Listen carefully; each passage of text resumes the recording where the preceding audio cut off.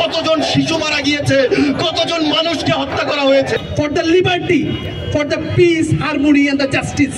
সারা পৃথিবী থেকে একজন নেতাও নাই। পৃথিবীর যত দুঃখী নির্যাতিত মানুষ আছে তাদের পক্ষে কথা বলার জন্য বাংলাদেশ ছাত্রলীগ সদা সর্বদা ভূমিকা রাখবে। সারা পৃথিবীর মানুষকে ভালোবাসা শুরু করেছেন শেখ হাসিনা। বলছেন তখন আমরা যতক্ষণ ধরে আমাদের এই প্রতিবাদী মুভমেন্ট চালাচ্ছি, আমার ঠিক জানা নাই ততক্ষণে ফিলিস্তিনিতে কতজন শিশু মারা গিয়েছে, কতজন মানুষকে হত্যা করা হয়েছে, হসপিটালের বেডে কতজন মানুষ বিনা চিকিৎসায় মারা গিয়েছে।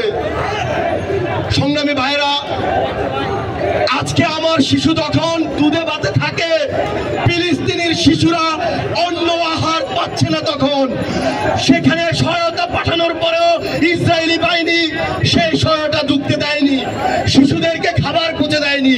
আমরা কখনো যুদ্ধের নীতিতে দেখিনি হসপিটালে বোমা হামলা হয়েছে, সেটিও কিন্তু হয়েছে ফিলিস্তিনিতে। যখন সারা পৃথিবীতে একজন নেতার আবির্ভাব হয়নি যে এই যুদ্ধকে থামাতে পারে, সারা পৃথিবীতে কি একটি নেতাও নেই যে শিশু হত্যা বন্ধ করবে, সারা পৃথিবীতে কি একজন নেতাও নেই যে বলবে ইসরায়েল ফিলিস্তিনি হামলা চায় না, হত্যা চায় না, খুন চায় না, ধর্ষণ চায় না, মানুষের রক্তের লেলিয়াংশিকা চায় না। তখন বাংলাদেশের মতো একদম ছোট্ট দেশের একজন প্রধানমন্ত্রী, যিনি দেশের মানুষকে ভালোবাসতে সারা পৃথিবীর মানুষকে ভালোবাসা শুরু করেছেন, শেখ হাসিনা বলছেন তখন, সংগ্রামী ভাই বন্ধুরা, আমরা জানি না আন্দোলনের মডেল কেমন হবে, আন্দোলনকে দমনের মডেল কেমন হবে, কিন্তু মার্কিন যুক্তরাষ্ট্র একটা নতুন নীতি শিখিয়েছে আমাদেরকে কিভাবে একটি সৎ আদর্শবান আন্দোলনকে ধ্বংস করা হয়, কিভাবে যারা ন্যায়ের পক্ষে কথা বলে, সত্যের পক্ষে কথা বলে, তাদেরকে পুলিশি নির্যাতনের শিকার করতে হয়। পিতার আদর্শ থেকে শিক্ষা নিয়ে সারা পৃথিবীর শোষিত মানুষের পক্ষে যখনই কথা বলার সুযোগ হয়, যখনই তাদের পাশে দাঁড়ানোর সুযোগ হয়, আমরা বাংলাদেশ ছাত্রলীগের নেতা কর্মীরা তাদের পাশে আমরা দাঁড়াই। এবং আপনারা জানেন যে টানা ৭৫ বছরের ইসরায়েলি আগ্রাসনের বিরুদ্ধে সারা পৃথিবী ব্যাপী ছাত্র আন্দোলন শুরু হয়েছে এবং সেই ছাত্র আন্দোলনে সারা পৃথিবীর ছাত্ররা একাত্মতা পোষণ করেছে। এবং আমাদের বন্ধুরা, and we call them friends, যাদের আমরা বন্ধু বলে থাকি, our friends from different universities around the world, universities in Columbia, Michigan, Dublin, Berlin, Montreal, in the Delhi, all over the world, we stand together.